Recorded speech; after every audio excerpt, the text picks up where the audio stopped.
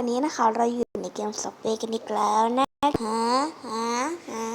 เริ่มเลยเดี๋ยวอันนี้เพิ่งโหลดมา2 วันที่แล้วค่ะนะคะโหลดมา2 วันที่แล้วไม่รู้นะว่าจะได้เงินเยอะหรือเปล่ามีความฝันว่าอยากเป็นนักแคสเกมสักวันหนึ่งต้องได้เป็นอยู่ดีไหมก็เราอยากเป็นนักแคสเกมมาค่ะรอโหลดกันนะเดี๋ยวนี้มันโหลดช้าขึ้นนะคะก็เดี๋ยวอยากได้ตัวป่าจังปิดแอร์ก่อนเสียงมันจะไม่เอาค่ะวันนี้นะคะเราจะเล่นเป็นตัวผีนะคะเพราะเราได้หมวก3 อันแล้วค่ะอันนี้เกมนี้ทำไมมันไม่มีเสียงเนี่ยตอนแรกมันมีนะใช่ปะถูกปะโอเคตืดวับSwrfเก็บเงินเก็บแหลกครับลุงแหลกเฮ้ยทำไมมันแหลกจังเลยแล้วมึงจะขึ้นมาทำไมวะเดี๋ยวต่อไปนะจะเอาให้ถึง300เลยคอยดูตอนนี้ได้3 วันนะคะน้องๆเคยเล่นได้วันนี้เป็นวันที่4เพราะว่าเมื่อวานไม่ได้เล่นค่ะถ้าเล่นก็คงถ่ายลงคลิปไปตั้งแต่เมื่อวานแล้วฮะผม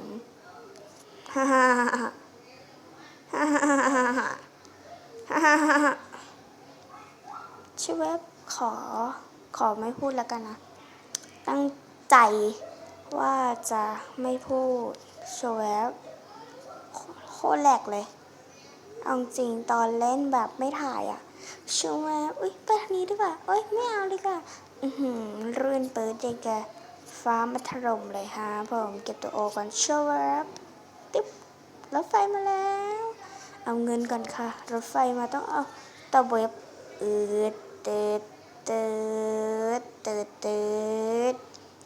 ได้มา102 บาทค่ะต่อไปเปิดเสียงดิเห็นไหมไม่มีค่ะน้องๆใช่ไหมมันเนี่ยหายไปเลยไปถ้ามีภาพอะไรมารบกวนก็ต้องแสดงความยินดีด้วยไม่ใช่ค่ะขอโทษด้วยนะคะได้กล่องแล้วโอเคอันนี้เป็นภาพของเกมนะคะอย่าผิดพลาดนะคะปิดเน็ตดีไหม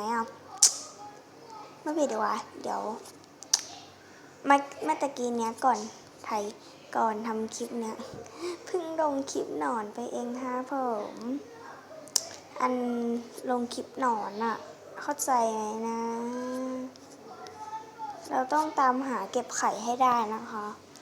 ไข่มันก็จะเป็นรูปทรงแบบกลมมันไม่ได้แย่ได้กีตาร์มันแบบไม่ได้ตรงอะไรมากค่ะได้มา87โอเคได้มา87แล้วว้าวไม่เยอะเลยตอนที่ไม่ได้ถ่ายคลิปนะแหม500ขึ้นจ้าน้องโชว์ฝีมือไงมีไข่ปะไม่ใช่จรวดใช่ปะทางนี้ก็มีโอ้โห2 อันรวดฮะน้องๆก่อนอ่านไกล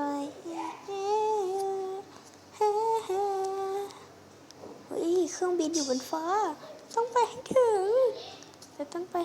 งเพราะว่าใครเคยเล่นเก็บถึงกี่พัน